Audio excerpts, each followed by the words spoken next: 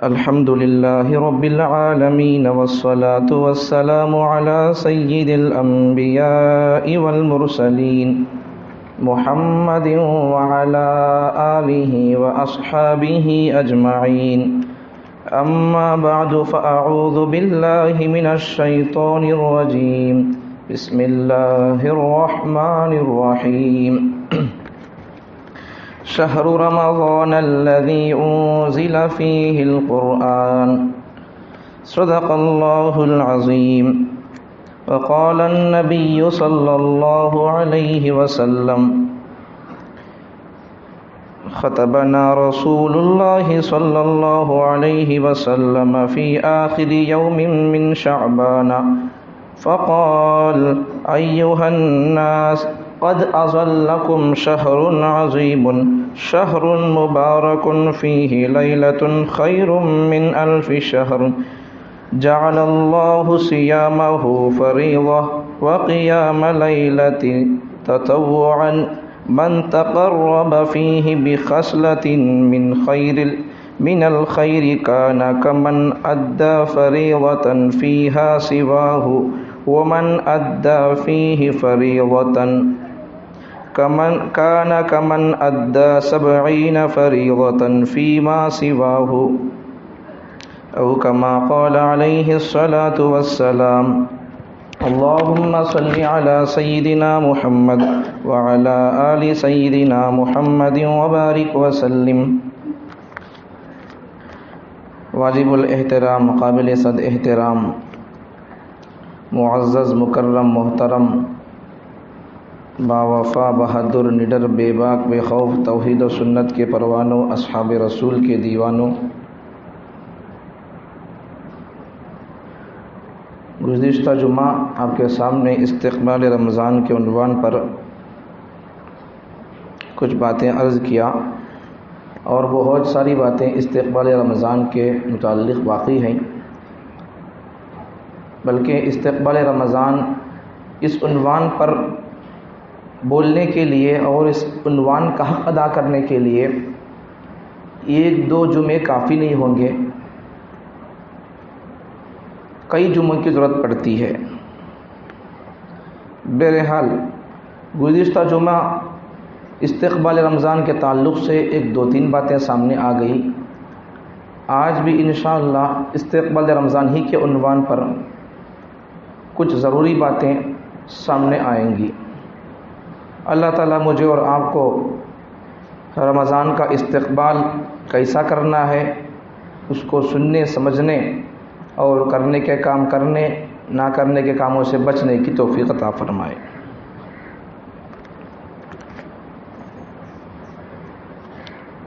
استقبال رمضان،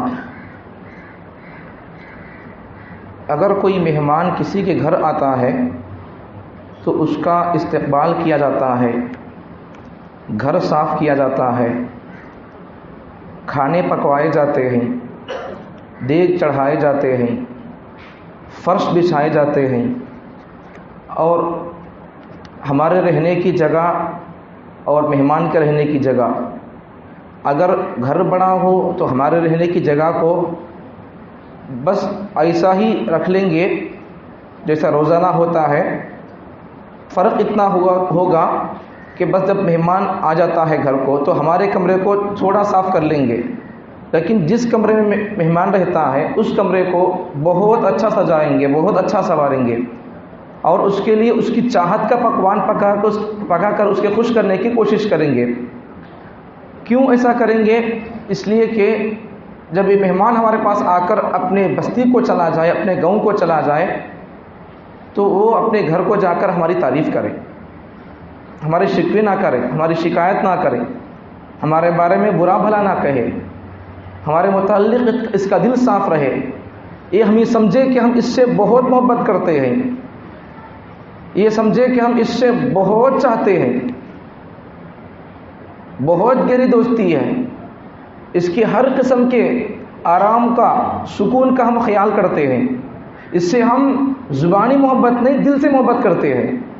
کسی مہمان کے آنے پر آدمی اتنا احترام اکرام اور اتنا آدمی گھر کو سجاتا ہے، اس کے رہنے کے کمرے کو سجاتا ہے، قسم قسم کے پکوان پکاتا ہے مہمان کو خوش کرنے کے لیے۔ اسی طرح رمضان بھی ایک اللہ کا مہمان ہے، اس کے لیے بھی ہم جیسا آدمی کے آنے پر، ایک انسان کے آنے پر گھروں کو صاف کرتے ہیں، کمروں کو صاف کرتے ہیں، گھر کو پاک صاف کر کے جھاڑو دے کر حتیٰ کہ استنجا خانے کو صاف کرتے ہیں، بالکل اسی طریقے سے رمضان اللہ کا مہمان ہے۔ اللہ کا مہمان ہم تک آنے سے پہلے ہم اپنے دل کو صاف کر لیں۔ وہ مہمان جو انسان ہے، جب ہمارے گھر سے اپنا 1-2 دن کا 3 دن کا جتنا اس کا وقت رہنے کا ہے وہ رہ کر جب چلے جائے تو ہماری تعریف کرے، ہم یہ چاہتے ہیں۔ رمضان کے بارے میں کیوں سوچتے نہیں کہ جب یہ مہمان ہمارے پاس آ کر جب ہمارے پاس سے جائے اللہ کے پاس، وہ مہمان جو انسان آتا ہے ہمارے گھر میں رہ کر ہماری مہمان نوازی کو دیکھ کر جب جائے گا تو وہ انسانوں کے پاس جائے گا، لیکن یہ جو رمضان ہے اللہ کا مہینہ مہمان، یہ رمضان یہ مہینہ اللہ کا مہمان جب یہ ہم سے جائے گا تو یہ رحمان کے پاس جائے گا، وہ انسان کے پاس جائے گا، اکرام دیکھے گا، اپنے انسانوں میں جا کر تعریف کرے گا ہماری۔ اس انسان سے آنے والے سے اپنی تعریف کا آدمی خواہش مند رہتا ہے، جب یہ ہمارے پاس سے جائے تو تعریف کرے۔ انسان اللہ کے پاس رمضان سے اپنی تعریف کیوں نہیں چاہتا؟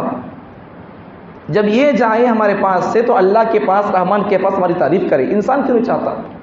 اس کے لیے جیسا انسان کے آنے پر صاف کر لیتے ہیں گھر کو، استنجا خانے کو، تمام چیزوں کو صاف کرتے ہیں، بالکل اسی طریقے سے وہاں صفائی ہوتی ہے ظاہر کی، دکھائی دینے والی چیزوں کی، گھر کے کمروں کی، استنجا خانوں کی، ہال کی، باہر بیٹھنے کے جگہ کی، کرسیوں کی، تمام ظاہری چیزیں ہی ہیں، دکھنے والی چیزیں، ان کی صفائی ہوتی ہے۔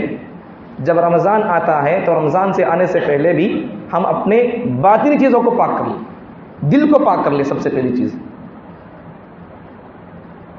آج ہمارے دل اتنے گندے ہو گئے کہ کسی انسان کے لیے ہمارے دل کے اندر جگہ نہیں، کسی انسان کے لیے، کسی مسلمان کے لیے ہمارے دل کے اندر جگہ نہیں، بلکہ اللہ رسول کے لیے بھی جگہ نہیں۔ آج اگر اللہ رسول کے لیے جگہ ہوتی ہمارے دلوں کے اندر تو مسجد کا حال یہ نہ ہوتا۔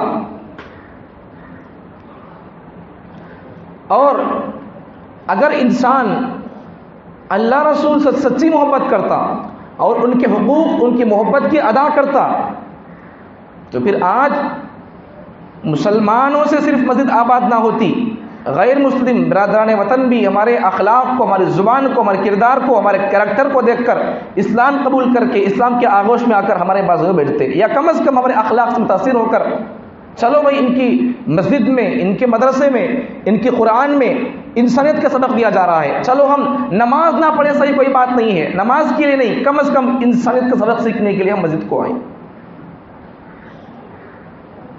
ہماری زبان کتنی پاک ہے، ہمارا دل کتنا پاک ہے۔ جس انسان کے دل کے اندر خالق کے لیے جگہ نہ ہو، اس انسان کے دل کے اندر مخلوق کے لیے کیا جگہ ہوگی؟ جو انسان خالق کا حق ادا نہ کر سکا وہ انسانوں کا کیا ادا کر سکے گا؟ جو خالق کا نہ ہو سکا وہ مخلوق کا کبھی نہیں ہوگا۔ اس لیے اللہ اگر رمضان کا استقبال کرنا ہے تو رمضان کے استقبال کے لیے سب سے پہلی بات اپنے دلوں کو پاک کر لیں۔ میں بھی، آپ بھی، پورے دنیا کے مسلمان بھی رمضان کا صحیح استقبال اگر کرنا ہے، رمضان کی صحیح برکتیں اگر حاصل کرنا ہے تو اس کے لیے سب سے پہلے اپنے دلوں کو پاک کر لیں۔ کسی کے لیے دل میں نفرت نہ ہو، کسی کے لیے دل میں دشمنی نہ ہو، عداوت نہ ہو، کینہ نہ ہو، بغض نہ ہو۔ پیغمبر نے فرمایا ایمان کی، کامل مومن کی، کامل ایمان والے آدمی کی علامت پیغمبر نے کیا فرمائی؟ غصہ بھی ہو تو اللہ کے لیے ہو، نفرت بھی ہو تو اللہ کے لیے ہو، دیے بھی تو اللہ کے لیے، من اعطى للہ ومنع للہ وابغض للہ، اللہ کے لیے محبت ہو، اللہ کے لیے دشمنی ہو، اللہ کے لیے دیتا ہو، اللہ کے لیے نہ دیتا ہو، ہر کام بھی اللہ کے لیے ہو، اسے بولتے مومن۔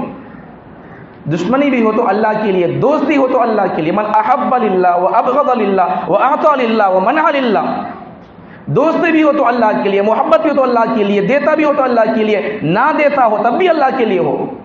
اپنی نفس پرستی یا اپنی اندر کی جلن، اپنے اندر کا حسد، اپنے اندر کی عداوت کو، اپنے اندر جلنے والے دل کے بھڑاس کو نکالنے کے لیے کسی سے دشمنی نہ کرے، دشمنی ہو تو اللہ کے لیے ہو۔ آج اتنا ہمارا دل پاک کا ہے، دل پاک نہیں. اس لیے رمضان کا استقبال کرنے کے لیے دلوں کو پاک کر لے. ہر آدمی کے بارے میں اپنے دل کو پاک صاف کر کے یہ کہہ لے کہ اگر میرے اوپر کسی کا حق ہے تو میں اس کا حق ادا کروں گا. بھائیوں کا حق ہے دے دیں، بہنوں کا حق ہے دے دیں، اڑوس پڑوس کا حق ہے دے دیں، کسی کو قرض دینا ہے دے دیں. رمضان کے آنے سے پہلے صحابہ کرام رضی اللہ عنہم اجمعین کا یہی معمول تھا. رمضان کی تیاری شعبان سے کرتے تھے. کیسا؟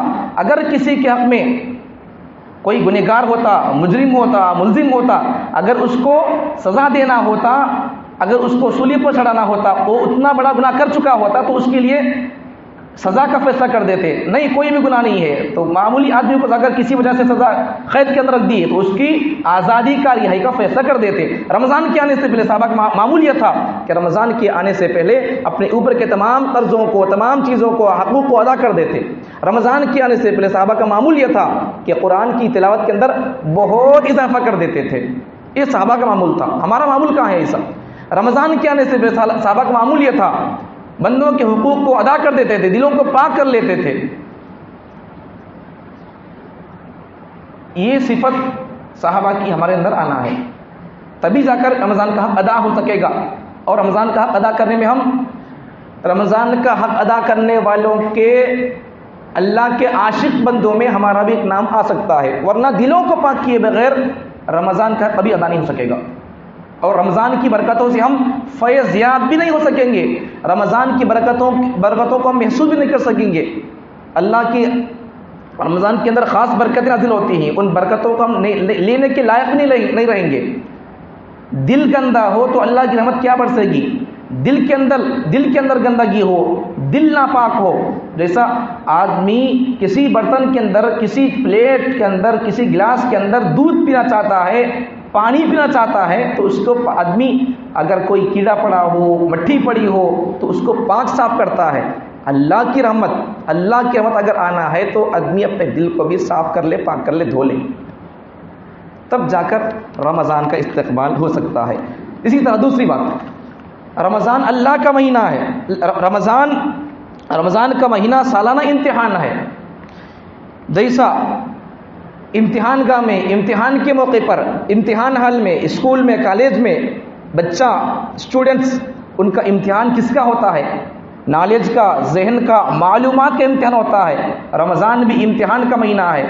رمضان کے اندر معمولات کا امتحان ہوتا ہے. کالج کے اندر، اسکول کے اندر معلومات کا امتحان ہوتا ہے. اگر کوئی بچہ اپنی معلومات کے اندر پاس ہو گیا اسے دنیاوی خوشی مل گئی. اگر کوئی آدمی رمضان کے اندر معمولات کو پورا کر کے کامیاب ہو گیا اسے آخرت کی خوشی ملے گی. اگر کوئی بچہ اسکول کے اندر فرسٹ پوزیشن لاتا ہے، فرسٹ رینک پہ پاس ہوتا ہے تو تمام دوستوں سے وہ مبارکبادی پیش کرتا ہے. تمام دوست اسے مبارکبادی پیش کرتے ہیں. اپنی خوشی کو پھول نہیں سماتا، سب کو اپنی خوشی کو بانٹتا ہوا، دکھاتا ہوا، سرٹیفکیٹ کو، اپنی پوزیشن کو دکھاتا ہوا پھرتا ہے. بالکل وہی حال ہے جب کوئی بندہ رمضان کے حقوق کو ادا کر کے رمضان کے اس امتحان میں، معمولات میں کامیاب ہو جاتا ہے، فرسٹ پوزیشن لاتا ہے، قرآن کی تلاوت کرتا ہے، رب کو پاتا ہے رمضان کے اندر، تو تب اس کی بخشش بھی ہو گئی، نجات بھی ہو گئی، مغفرت بھی ہو گئی. تو جب بندہ مرنے کے بعد یہی کامیابی کا سرٹیفکیٹ سب کو دکھاتا پھرے گا. رمضان کا مہینہ سالانہ امتحان کی طرح ہے، اس لیے اس مہینے کو ضائع نہ کرے. تلاوت سے بھرپور اس کو منور کر دے، ذکر سے اسے روشن کر دے، عبادتوں سے اسے منور کر دے، تب جا کر کچھ ہو سکتا ہے. اگلی بات، رمضان تربیت کا مہینہ ہے. تربیت کا مہینہ، مثال کے طور پر پیغمبر نے کیا فرمایا؟ اگر کوئی آدمی 40 دن تک تکبیر اولیٰ کے ساتھ پابندی سے نماز پڑھے گا، اس کے لیے 2 چیزوں کی پیغمبر صلی اللہ علیہ وسلم نے ضمانت لی ہے، ذمہ داری لی ہے. ایک، جو آدمی 40 دن تک پابندی کے ساتھ تکبیر اولیٰ کے ساتھ امام صاحب اللہ اکبر بولے، ہم بھی شروع نماز سے امام صاحب کی اللہ اکبر سے آخر تک ساتھ رہنا، تو تکبیر اولیٰ اسے بولتے، امام صاحب کے تکبیر کے ساتھ ہماری تکبیر ہو. تو تکبیر اولیٰ کے ساتھ جو آدمی 40 دن تک نماز پڑھتا ہے، پیغمبر نے فرمایا اس کے لیے 2 چیزیں ہیں، 2 چیزوں کی ذمہ داری میں لیتا ہوں۔ ایک نفاق سے برات کا، جو آدمی 40 دن تک پابندی کے ساتھ تکبیر اولیٰ کے ساتھ نماز پڑھتا ہے وہ کبھی منافق نہیں ہو سکتا، اس کے اندر نفاق کی علامت نہیں آئیں گی۔ دوسری چیز جہنم سے برات، اس کی پریکٹس کرنا ہے تو رمضان کے اندر آرام سے کر لیتے ہیں، ہو جاتی ہے وہ پریکٹس اور وہ مشق ہو سکتی ہے۔ 40 دن رمضان کے اندر اگر کوشش کریں گے، رمضان سے پہلے سے اب سے اگر شروع کر دیں گے تو رمضان کا پورے 30 دن اور یہ 10 دن آرام سے ہم اپنے ایمان کی حفاظت کر لیں گے۔ 40 دن اگر ہم پابندی سے تکبیر اولیٰ کے ساتھ نمازوں کی پابندی کر لیں گے، آرام سے ہم اپنے ایمان کی حفاظت کر لیں گے اور ایمان کی حفاظت بھی ہو سکتی ہے۔ تو یہ تربیت کا مہینہ ہے۔ تربیت کیسا؟ اگر کوئی آدمی سال بھر تہجد پڑھنا چاہتا تھا، اس سے ہو نہیں سکتا تھا، اس کی پریکٹس اور اس کی مشق اگر آدمی رمضان کے اندر کرنا چاہے تو آرام سے کر سکتا ہے۔ تہجد میں سحری کے لیے روزانہ اٹھنا ہی پڑتا ہے، آرام سے آدمی تہجد کی پابندی کر سکتا ہے۔ عشاء کی پابندی روزانہ کرنا چاہتا ہے، نہیں ہو رہی ہے، فجر نماز کے بعد تھوڑی دیر قرآن میں لگ گیا، سورہ یاسین میں لگ گیا، تھوڑی دیر ذکر میں لگ گیا، آرام سے نماز کے بعد سے مکروہ وقت نماز کے بعد، فجر کی نماز کے بعد کا مکروہ وقت 20 منٹ میں، آدھے گھنٹے میں ختم ہو جائے گا، اس کے بعد پھر آدمی عشاء کی پابندی کر سکتا ہے، کرنے میں آسانی ہوتی ہے۔ تربیت کا مہینہ رمضان یہی ہے، ایسا ہی ہے، اس طرح ہی ہے۔ رمضان کے اندر اگر عام دنوں میں اگر کوئی آدمی چاش پڑھنا چاہتا ہے، پڑھ نہیں سکتا ہے، رمضان کے اندر اگر کوشش کرے تو پڑھنے کی اس کی پوری کوشش پوری ہو سکتی ہے، پڑھنے کی کوشش کرے گا تو پڑھنے میں کامیاب ہو جائے گا۔ نماز پڑھ کے، فجر کی نماز پڑھ کر اشراق پڑھ کے سو گیا، 2-3 گھنٹے 4 گھنٹے سو گیا، 10 بجے اٹھ گیا نیند سے، تو اس وقت بھی آدمی چاش کی نماز پڑھ سکتا ہے۔ اسی طریقے سے آدمی عام دنوں میں ابابین پڑھنا چاہتا ہے، پڑھ نہیں سک رہا ہے، رمضان کے مہینے کے اندر آرام سے ابابین کی پابندی ہو سکتی ہے۔ ایسی بہت ساری چیزیں ہیں۔ دعا کرنا چاہتا ہے عام دنوں میں، افطار سے پہلے، عام دنوں میں مغرب کی اذان سے پہلے دعا کرنا چاہتا ہے، فرصت نہیں مل رہی ہے، موقع نہیں مل رہا ہے، اذان سے پہلے مسجد پہنچنے نہیں ہو رہا ہے، رمضان کے اندر افطار سے پہلے آرام سے بڑے اہتمام کے ساتھ آدمی مسجد کو آ ہی جاتا ہے اور دعا کا موقع مل جاتا ہے۔ ایسی بہت ساری چیزیں ہیں۔ رمضان کا مہینہ تربیت کا مہینہ ہے، اس میں اپنے آپ کو خوب نکھارنا، خوب سنوارنا، جیسا اللہ ہم کو دیکھنا چاہتا ہے ویسا اپنے آپ کو سنوار دینا، نکھار دینا۔ تیسری بات، حلال تک رمضان کے اندر اللہ تبارک و تعالیٰ نے انسانوں سے حلال کو ترک کروایا، بیوی حلال ہے، تعلقات کو چھڑوایا، کھانا حلال ہے، چھڑوایا، پانی حلال ہے، چھڑوایا، تمام تر اللہ تعالیٰ نے حلال چیزوں کو چھڑوایا۔ کیوں چھڑوایا؟ کھانے پینے والا نظام کو بدل دیا، عبادتوں کے نظام کو بدل دیا اللہ تعالیٰ نے۔ عام دنوں میں آدمی 9-10 بجے کھاتا ہے، ناشتہ کرتا ہے، رمضان کے اندر 11 بج جاتے ہیں، 1 بج جاتا ہے، ناشتہ نہیں کرتا، شام ہوتی ہے، دوپہر کا کھانا نہیں کھاتا۔ آدمی عام دنوں کے اندر 4 بجے اٹھنا چاہتا ہے، نہیں اٹھتا، رمضان کے اندر 3:30 بجے آدمی اٹھ جاتا ہے، فجر کی نماز کو روزانہ اٹھنا چاہتا ہے، اٹھ نہیں پاتا ہے، بڑی مشکل سے، بڑی تکلیف سے اٹھتا ہے، لیکن رمضان کے اندر بڑی آسانی سے آدمی سحری کے بہانے اٹھ جاتا ہے۔ اللہ تعالیٰ نے رمضان کے اندر حلال چیزوں کو اللہ حرام کر دیا، کھانے کے نظام کو اللہ بدل دیا، عبادتوں کے اللہ نظام کو بدل دیا۔ یہ سب کیوں کیا اللہ تعالیٰ نے؟ یہ تربیت ہے، تربیت کا مہینہ ہے، اللہ تربیت کر رہا ہے۔ اس لیے اس تربیت کے مہینے کے اندر اگر آدمی اپنے آپ پر محنت کرے گا تو اللہ جیسا دیکھنا چاہتا ہے آدمی ویسا بن جائے گا۔ اس لیے اس مہینے کے اندر اللہ جیسا نکھارنا چاہتا ہے، جو انداز اللہ نے اختیار کیا ہے۔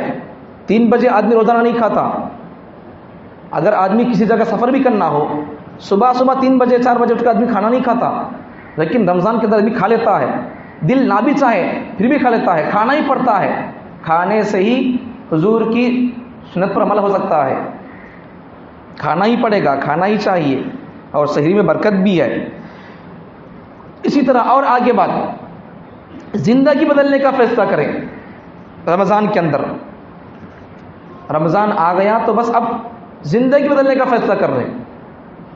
عام طور پر لوگ کرتے کیا ہے، رمضان آ جاتا ہے تو کچھ گناہوں سے رمضان کی حد تک بچ جاتے ہیں، رمضان کی حد تک بچ جاتے ہیں۔ یہ بدلاؤ، یہ تبدیلی آدمی پوری زندگی کے لیے کر لے۔ رمضان آ جاتا ہے تو آدمی کچھ نہ کچھ ٹی وی کو بند کر دیتا ہے، بلکہ آج بند کرتے کہاں لوگ، رمضان کے اندر ٹی وی چلتی رہتی ہے، رمضان کے اندر بھی ناقدری رمضان کی ہوتی رہتی ہے۔ اگلے رمضان پانے کے لیے، عنوان کے تحت ہی بات کر رہا ہوں، اگلے رمضان پانے کے لیے اس رمضان کی قدر کرنا پڑے گا۔ نعمت کی قدر کرنے والوں کو اللہ نعمت دیتا ہے، نعمت کی قدر نہ کرنے والوں کو اللہ، بے قدروں کو، نا قدروں کو اللہ، نا اہلوں کو اللہ نعمت نہیں دیتا۔ اگلا رمضان اگر پانا ہے، اس رمضان کی قدر کرنا پڑے گا، اس رمضان کی قدر کر لو، آئندہ رمضان اللہ میرے اور آپ کے مقدر میں کر دے گا۔ اس رمضان کو اگر غلط کر دیں گے، اللہ اگلا رمضان آنے سے پہلے اللہ ہماری موت کا فیصلہ کر دے گا۔ اللہ قدردانوں کو اگلی نعمت اللہ دیتا ہے۔ نعمت کی اگر قدر پوچھنا ہے، اندھے سے پوچھو، بینائی کیا ہوتی ہے اندھے سے پوچھو، غریب سے پوچھو مال کیا ہوتا ہے، صحت مند سے پوچھو، بیمار سے پوچھو۔ اللہ تعالیٰ نعمت کی قدر کرنے کے لیے ان تمام چیزوں کو رکھا ہے۔ نابینا سے پوچھو آنکھ کیا ہوتی ہے، ہم کو معلوم نہیں ہے آنکھ کیا ہے، ہمارے منہ سے کھانا جا رہا ہے، جن کو کھانا ناک کے ذریعے سے یا حلق کے ذریعے سے پھاڑ کر پائپ کے ذریعے سے پیٹ میں پہنچایا جا رہا ہے، ان سے پوچھو کھانا کتنا آسانی سے جا رہا ہے، کتنا مشکل سے جا رہا ہے، کھانے کی قدر کیا ہے، کھانا کتنی اللہ کی بڑی نعمت ہے، ان سے پوچھو۔ جن کے ہاتھ پیر پڑ گئے ان سے پوچھو صحت کیا ہوتی ہے۔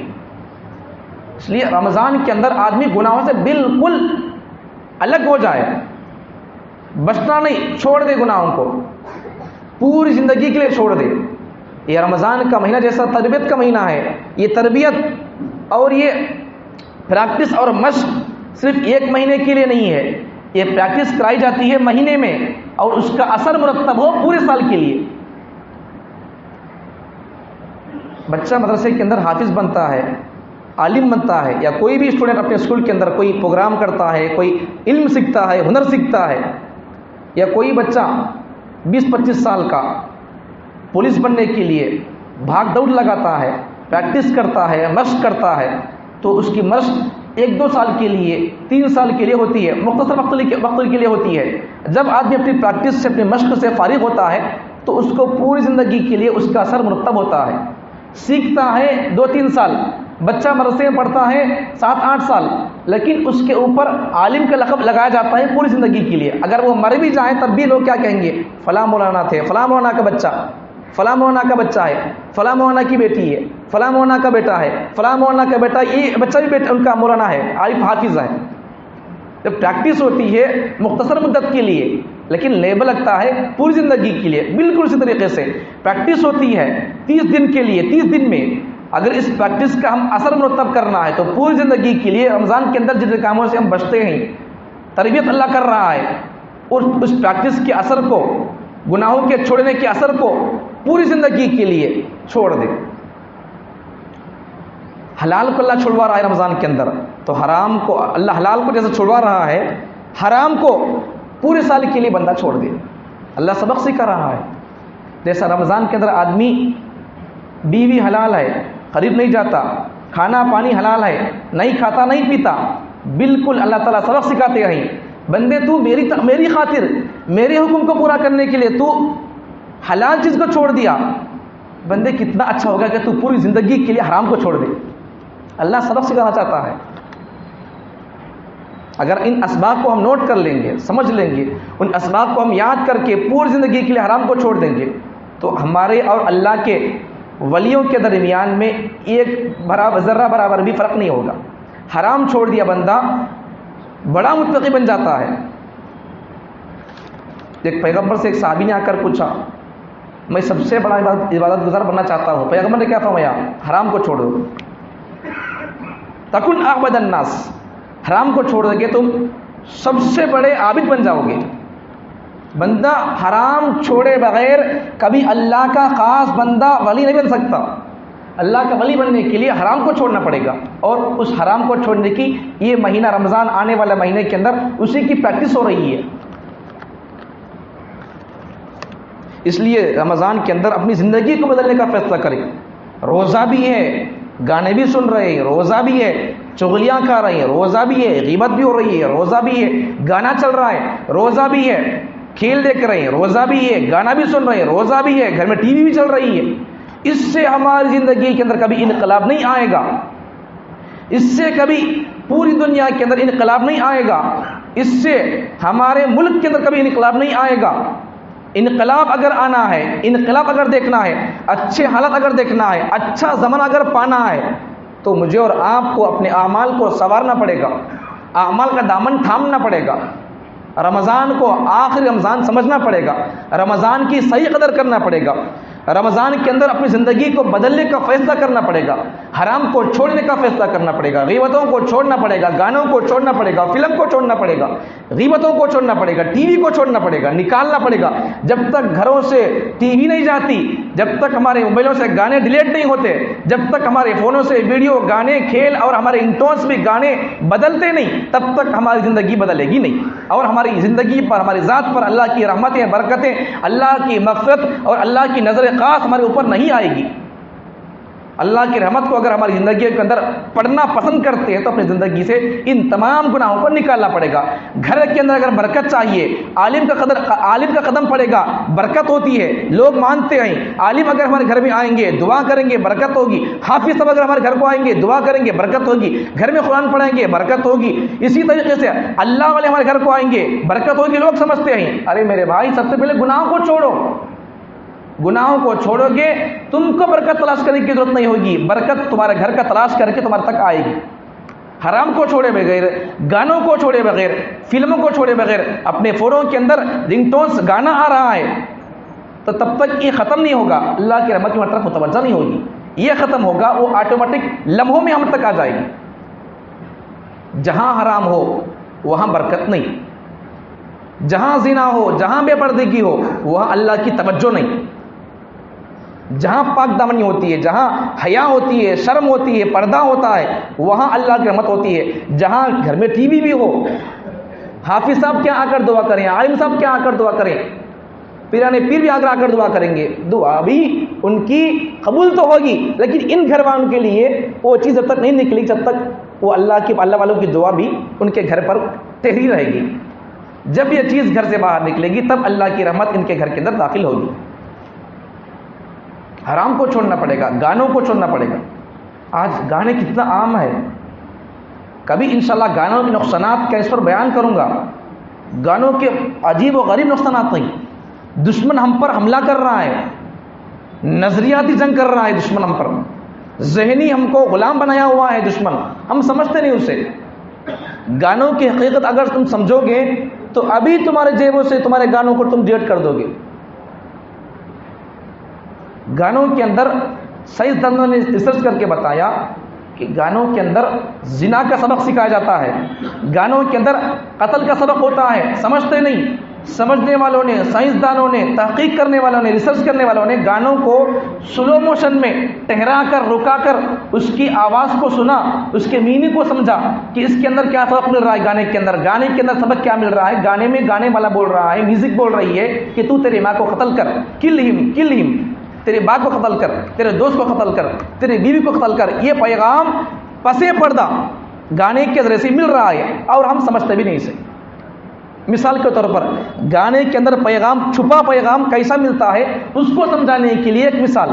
جیسا اب میں آپ کو دیکھ رہا ہوں تو میں اگر کسی کو دیکھوں، مولانا صاحب مثال کے طور پر مولانا صاحب کو دیکھ رہا ہوں تو میری نگاہ صرف ان پر نہیں پڑتی، میری نگاہ پوری پھیل کو رہتی ہے.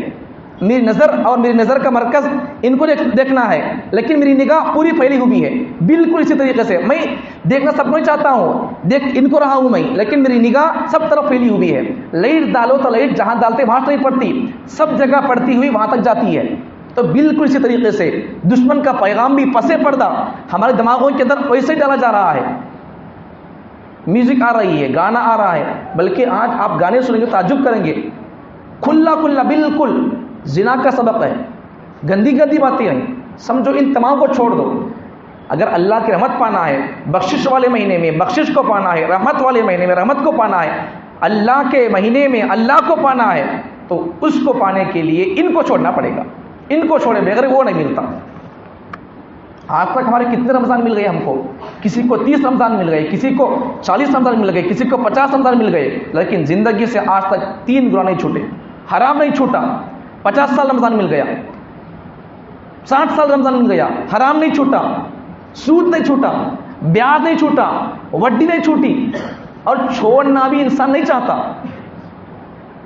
کیا کمال ہوا پھر؟ رمضان کو پانا کمال نہیں ہے، رمضان کے اندر اللہ کی طرف سے عبادت کی توفیق ملنا کمال ہے۔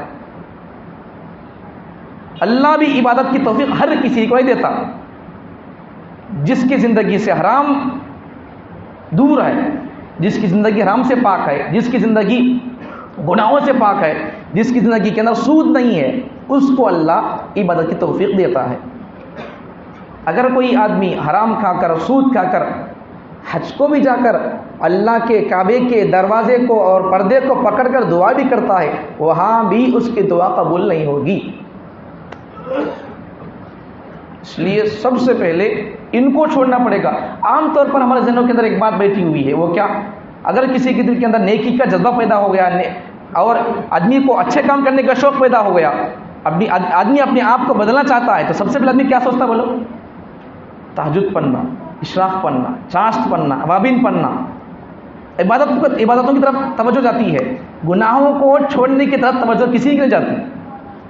اصل دونوں میں، گناہوں میں، نیکیوں میں، دونوں میں اصل کون سا ہے؟ بولو، کس کا زہر زیادہ جلدی اثر ہوتا ہے؟ گناہوں کا۔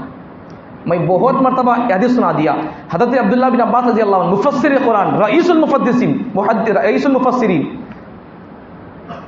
بہت بڑے جلیل القدر صحابی، ان کے پاس ایک آدمی آ کر پوچھتا ہے، اے اللہ کے چچا کے بیٹے، اللہ کے رسول کے چچا کے بیٹے، اللہ کے حبیب کے چچرے بھائی، آپ مجھے بتاؤ، 2 آدمی ہیں، ایک آدمی نیکیاں زیادہ کرتا ہے، گناہ بھی فل کرتا ہے، ایک دوسرا آدمی نیکیاں تو بہت تھوڑے، فرض پڑتا بھاگ کو چلے جاتا، لیکن اس کے پاس گناہوں سے بچنے پر بہت اہتمام ہے۔ اب آپ کیا کہو گے ان دونوں کے بارے میں؟ آپ کیا کہو گے ان دونوں میں سے اچھا آدمی کون ہے؟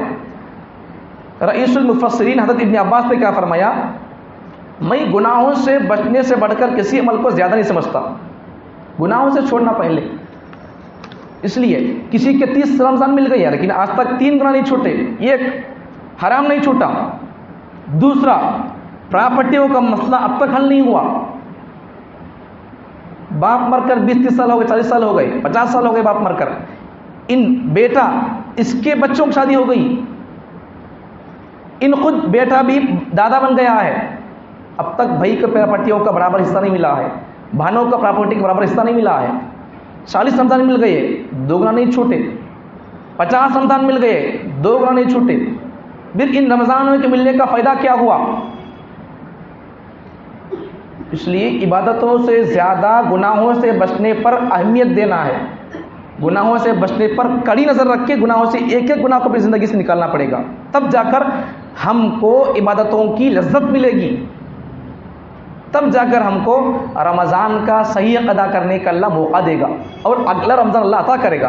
ورنہ پھر اللہ تعالیٰ گناہوں کو چھوڑے بغیر، حرام کو چھوڑے بغیر، بھائیوں کا حق ادا کیے بغیر، بہنوں کا حق ادا کیے بغیر، بندوں کا حق ہم پر ہے، ان کا حق ہم ادا نہیں کر رہے ہیں، کسی کے پاس باقی نہیں لیے، بھاگ کو چلے گئے، دینا نہیں چاہتے، جب ضرورت تھی بار بار فون کر کے اسے پوچھتے تھے ذرا دلا دے، ذرا دے دے بول کر، اب دے دیا، اب فون اٹھانے کا نام نہیں، نمبر بدل دیے، سم بدل دیے، فون بدل دی۔ اگر ایسا انسانوں کے حقوق میں اگر کمی آ گئی، کوتاہی ہو گئی، اللہ اسے برداشت نہیں کریں گے۔ 3 گناہ نہیں چھوٹے اب تک، حرام نہیں چھوٹا، پراپرٹیوں کا مسئلہ حل نہیں ہوا، تیسرا آج تک ہماری معاشرے کے اندر، ہماری ماؤں بہنوں کے اندر پردہ نہیں آیا۔ کتنے رمضان مل کر کیا فائدہ؟ گناہ چھوٹے تو بس سمجھو کہ اگر آدمی کسی رمضان کے اندر اس کے گناہ چھوٹ گئے، عبادتوں پر آپ زور نہ دیں، سب سے پہلے گناہوں کو چھوڑنے پر زور دیں، میرے اندر کیا کمی ہے، میں اس کمی کو کس طرح دور کروں، اس گناہ کو کیسے دور کروں، اس پر آپ توجہ دیں گے تو بہت جلدی میں اور آپ ولی بن جائیں گے۔ ورنہ گناہوں کو چھوڑے بغیر آدمی عبادتیں کرتا جائے کرتا جائے کرتا جائے، روزانہ قرآن پڑھتا جائے، ایسے پڑھنے والے بھی تھے، روز رمضان گزرنے سے پہلے رمضان کے پورے مہینے کے اندر 90 قرآن پڑھتے تھے۔ رمضان کے اندر انشاءاللہ عرض کروں گا قرآن کی عظمت پر، لیکن اب سن لیجئے، عبادتیں آپ جتنی کر لو، جب تک ہماری زندگیوں سے حرام نہیں چھوٹے گا، گناہ نہیں چھوٹے گا، تب تک ہمارے ولی بننے کے اندر آسمان زمین کے درمیان جتنا فرق ہے وہ فرق رہے گا ہی رہے گا۔ ولی بننے کے لیے سب سے پہلے آسان راستہ، شارٹ کٹ راستہ، گناہوں کو چھوڑ دو بس، نیکیاں بعد کی باتیں ہوں، گناہ چھوڑ دو گے آٹومیٹک ہمارے اندر نیکیوں کا شوق پیدا ہوگا۔ گناہ چھوڑے بغیر نیکیوں کا شوق کبھی پیدا نہیں ہوگا۔ رمضانی بننا ہے مجھے اور آپ کو، ربانی بننا ہے، رمضانی نہیں بننا ہے۔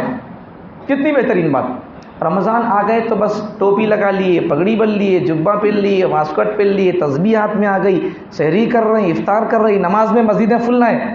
جب رمضان جو ہی رمضان چلے گیا، السلام بول کر، عید بول کر، تو بس مسجد کی خالی ہو گئی۔ اس لیے مجھے اور آپ کو ربانی بننا ہے، رب کا بندہ بننا ہے۔ ربانی مومن 12 مہینوں کا مسلمان ہوتا ہے، وہ رمضانی مسلمان نہیں ہوتا۔ مجھے اور آپ کو ربانی بننا ہے، رمضانی بننا نہیں ہے، اس کی فکر کرنا۔ ایک بات سنو، حج کتنے دن کا ہوتا ہے؟ 3 دن کا، 5 دن کا حج ہوتا ہے اصل۔ یہ لوگ جاتے ہیں دوسرے زیارت وغیرہ، دوسرے مدینے کو جانا، طائف کو جانا، ایکسٹرا وہاں کے جو برکت کی چیزیں رہتی ہیں، پیغمبر چلے سو پھرے سو چیزاں، وہ سب دیکھ کے نکلے جاتے ہیں۔ اصل کام ہوتا ہے حج کے اندر 3 یا 5 دن کا ہوتا ہے۔ 5 دن حج کر کے جب آدمی واپس آتا ہے، اس کو لوگ پہلی بات حاجی بولتے، دوسری بات اس سے لوگ اچھی امید لگاتے۔ 5 دن میں آدمی حج کو کیا جا کر آ گیا، لوگ اس سے اچھی امید لگاتے۔ 30 دن اللہ پریکٹس کرا کر تیار کر کو تربیت کر رہا ہے۔ 5 دن میں آدمی جا کر آ گیا، وہ آدمی داڑھی چھوڑ لیتا ہے، چاہ کر نہ چاہ کر بھی لباس اچھا بنا لیتا ہے، 5 دن میں بدل کر آتا ہے۔ 30 دن گزر جاتے ہیں، بدلتا نہیں۔ 5 دن بڑھ کر ہے، 30 دن بڑھ کر ہے۔ 5 دن میں کیا پریکٹس ہو گئی، جھوٹ چھوڑ دیا۔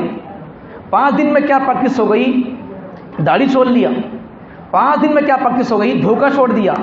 30 دن پریکٹس ہو رہی ہے رمضان کے اندر، حرام نہیں چھوڑ رہا ہے۔ 30 دن پریکٹس ہو رہی ہے، ٹوپی سر پر نہیں آ رہی ہے۔ 30 دن مشق ہو رہی ہے، بندہ اپنے آپ کو سچ بولنے پر عادی نہیں بنا رہا ہے۔ 30 دن پریکٹس ہو رہی ہے، بندہ اپنے آپ کو رب کے دربار پر جھکانا پسند نہیں کر رہا ہے۔ 30 دن پریکٹس ہو رہی ہے، بندہ اپنے آپ سے گناہوں کو چھوڑنا نہیں چاہ رہا ہے۔ 30 دن پریکٹس ہو رہی ہے، بندہ اپنے آپ کو دوسرے کے حقوق میرے اوپر کیا ہے ادا کرنا نہیں چاہ رہا ہے۔ اس پر توجہ دیں۔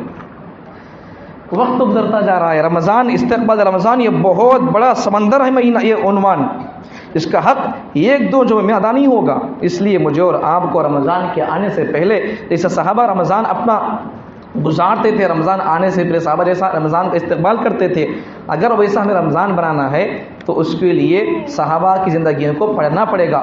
اور صحابہ کی زندگیوں کے اندر ہماری زندگیوں کے اندر فرق کیا ہے، ان کے رمضان میں ہمارا رمضان میں۔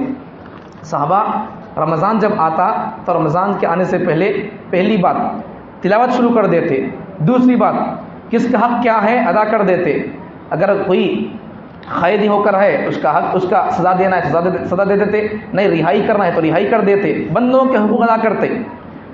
اسی طرح صحابہ رمضان کے آنے سے پہلے ہی اللہ سے دعائیں کرتے تھے، پیغمبر صلی اللہ علیہ وسلم کی حدیث کے پیش نظر۔ صحابہ رضی اللہ عنہم اجمعین شعبان کے مہینے میں کثرت سے روزے رکھا کرتے تھے۔ رجب کا مہینہ بیج ڈالنے کا مہینہ، شعبان کا مہینہ بیج کو پانی دینے کا مہینہ، رمضان کا مہینہ پھل کاٹنے کا مہینہ، کھیتی کاٹنے کا مہینہ، کٹائی کا مہینہ۔ اب میں اور آپ اگر رجب میں بیج ڈال دیے تو اب ہم اسے پانی دے رہے ہیں، مطلب عبادت کے اندر ہمیں بڑھ جانا۔ ابھی رمضان کے اندر بس خالی فرض پڑھتے، رجب کے اندر خالی فرض پڑھتے تھے، اب شعبان آ گئے تو ہمیں اعمال کے اندر، معمولات کے اندر کچھ اضافہ کر دینا، فرائض کے اندر، نوافل کے اندر، سنتوں کے اندر اضافہ کر دینا، تلاوت کے اندر اضافہ کر دینا۔ جب رمضان آتا ہے اس اضافے کو اور بڑھا دینا۔ رمضان آنے سے پہلے آدمی روز اوپرا پڑھتا تھا، 1 صفحہ پڑھتا تھا، قرآن کو صرف دیکھتا تھا۔ جب رمضان آ گیا تو اس کو اور اضافہ کر کے روزانہ آدمی کم سے کم 1 پارہ پڑھنے کی کوشش کرنا۔ عروج نہیں پڑھتا تھا، کم سے کم 1 پارہ تو پڑھ رہا ہے، تب تو شکریہ ادا کرنا چاہیے۔ بہرحال استقبال رمضان کے تعلق سے اور بہت ساری باتیں ہیں. اللہ تعالیٰ مجھے اور آپ کو رمضان کا صحیح استقبال کرنے کی توفیق عطا فرمائے. رمضان کے استقبال کے تعلق سے اور آخری بات بیان کر رہا ہوں. بے ترتیب باتیں ہو رہی ہیں, بہت سارا عنوان باقی ہے. 2 صفحے لکھ کر آیا میں, 2 صفحے, لیکن اس میں سے میں آدھا صفحہ آپ کے سامنے پیش کیا ہوں میں, اور 1.5 صفحہ باقی ہے. بہرحال آخری بات, رمضان کے آنے سے پہلے آخری بات, رمضان کی شاپنگ اب بھی کر لو. رمضان آ جائیں تو رمضان میں کسی طریقے سے باہر نکلنا نہیں. رمضان آ گیا, نماز پڑھ لیے, روزہ رکھ لیے, عبادت, تلاوت, ذکر, یہ ہمارا مشغلہ. دعوتیں, پارٹیاں, شاپنگ, حلیم, یہ سب دھندے چھوڑ ڈالنا. میں بولا نہیں ابھی رمضان امتحان کا مہینہ ہے بول کر, تو ویسا رمضان کے اندر ہمیں اللہ کو خوش کر لے کر, ہر سال ہم عید منا رہے ہیں, ہر سال عید منا لیے, اس سال اللہ کو پالو, اللہ کی دید ہو جائے. ہر سال عید ہو رہی ہے, اس سال خدا کی دید ہو جائے. اللہ تعالیٰ مجھے اور آپ کو خدا کے دید کی, خدا کی رضامندی کے لیے بھرپور رمضان کا استقبال کرنے کی توفیق عطا فرمائے. رمضان کے آنے سے پہلے رمضان کی تیاری مال کے اعتبار سے, کھانے پینے کے اعتبار سے, راشن کے اعتبار سے, کپڑوں کے اعتبار سے, شاپنگ کے اعتبار سے, ہر طریقے سے تیاری کر کے فارغ ہو کر رمضان کے آنے کے بعد رمضان کی عبادت کے ماحول اور میدان کے اندر بھرپور طریقے سے خوشی کے ساتھ رمضان کی عبادتوں کے اندر کودنے کی توفیق عطا فرمائے. رمضان کے اندر کسی طریقے سے وقتوں کو ضائع کرنے سے اللہ تعالیٰ مجھے اور آپ کو پوری طریقے سے حفاظت فرمائے. رمضان کے پورے مہینے کو, پورے لمحات کو, پوری گھڑیوں کو عبادتوں کے اندر, ذکر کے اندر, تلاوت کے اندر لگا کر اپنے وقت کو اللہ کو خوش کرنے کے لیے اپنے اللہ کی رضامندی میں عبادت میں لگانے کی توفیق عطا فرمائے. وآخر دعوانا الحمد للہ رب العالمین.